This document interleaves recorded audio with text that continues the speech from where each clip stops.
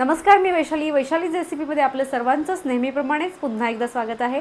आज आपण आपल्या आजच्या रेसिपीमध्ये पारंपरिक पद्धतीने आंबोळ्या करणार आहोत। माझी आजी संक्रांतीला आवर्जून अशा आंबोळ्या करायची। आंबोळ्या करण्यासाठी आपण वाटीभर उडदाची डाळ, चमचाभर मेथीचे दाणे, 2 चमचे चणा डाळ, आपण घेतलेल्या डाळींमध्ये पाणी घालायचं आणि त्या 2 ते 3 वेळा स्वच्छ पाण्याने धुवून घ्यायच्या।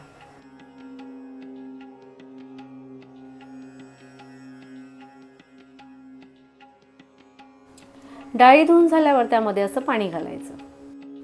धण्यांमध्ये देखील थोडंसं पाणी घालायचं आणि धणे असे धुवून घ्यायचे आणि धणे धुवून झाल्यावर आपण भिजत घातलेल्या डाळींमध्ये घालायचे। डाळींबरोबर धणे देखील छान भिजतात आणि पाण्यामध्ये धण्यांचा देखील अर्क छान उतरतो। आता हे सर्व साहित्य 4 ते 5 तास भिजत ठेवायचं। डाळींना भिजत घालून 4 ते 5 तास झालेले आहेत। आपण भिजत घातलेली डाळ छान फुलली देखील आहे।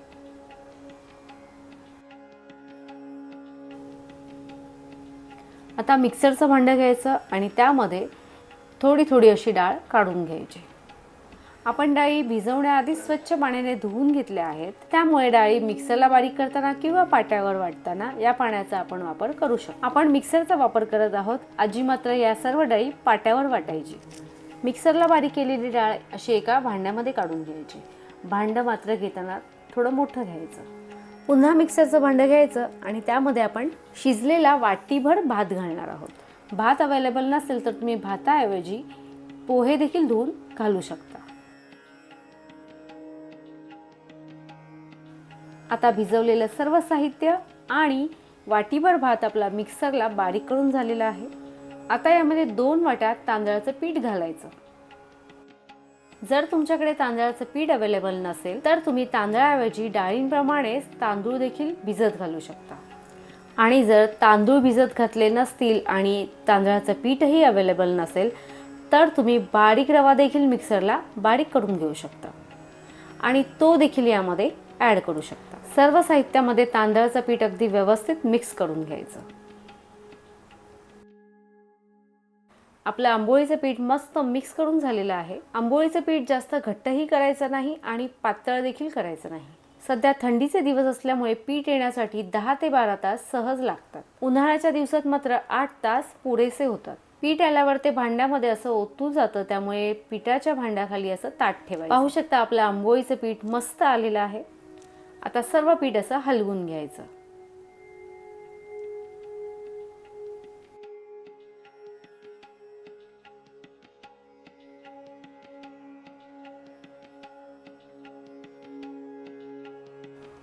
पिठामध्ये चवीपुरतं मीठ घालायचं आणि त्याचबरोबर हळद।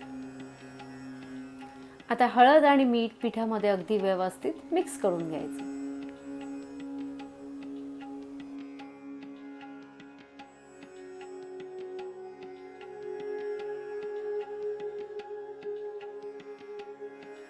आपण आंबोळ्या भिड्यावर करणार आहोत, त्यामुळे आपण असा एक कांदा चिरून घेतला आहे आणि त्याला अशी सुरी लावलेली आहे।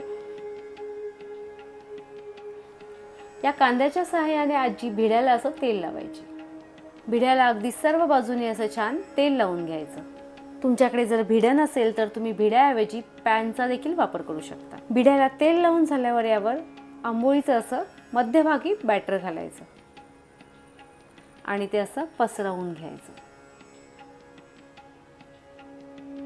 गॅसची फ्लेम मात्र लोच ठेवायची आणि झाकण ठेवून आंबोळी छान वाफवून घ्यायची। आंबोळी जर व्यवस्थित वाफली असेल तर ती अगदी सहज कडेकडेने अशी सुटते।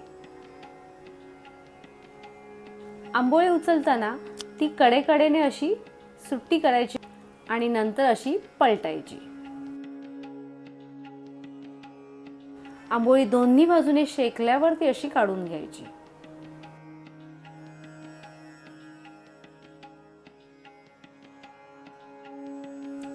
गॅसची फ्लेम लोच ठेवून भिड्याला पुन्हा तेल लावायचं आणि ज्याप्रमाणे आपण पहिली आंबोळी केली त्याचप्रमाणे सर्व आंबोळ्या करून घ्यायच्या।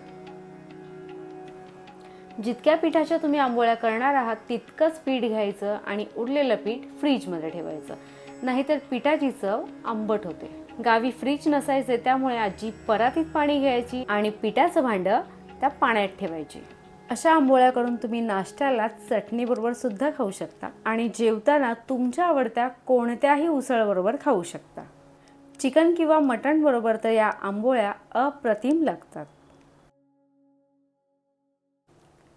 पाहू शकता आपल्या बऱ्यापैकी आंबोळ्या करून झालेल्या आहेत. आंबोळ्या दिसायला जितक्या सुंदर तितक्याच त्या अशा मऊ देखील झालेल्या आहेत. माझी आजी नेहमी म्हणायची, एखादा पदार्थ चवीला जितका चविष्ट झाला पाहिजे तितकाच तो दिसायलाही देखणा झाला पाहिजे. तुम्ही सुद्धा याच पद्धतीने जाळीदार कापसासारखी मऊसूद कोकणातील पारंपरिक पद्धतीने अशा आंबोळ्या नक्की करून खा. तुम्हाला जर आपली आजची रेसिपी आवडली असेल तर आपल्या रेसिपीला लाईक करा, जास्तीत जास्त शेअर करा. नवीन असाल तर सबस्क्राईब देखील करा. बेलचा बटनही दाबा. ज्याप्रमाणे तुम्ही आपल्या सर्व रेसिपीज पाहता त्याचप्रमाणे पाहत राहा. पाहता पाहता करतही राहा. करून झाल्यावर कमेंटमध्ये मात्र नक्की सांगा तुमची रेसिपी कशी झाली.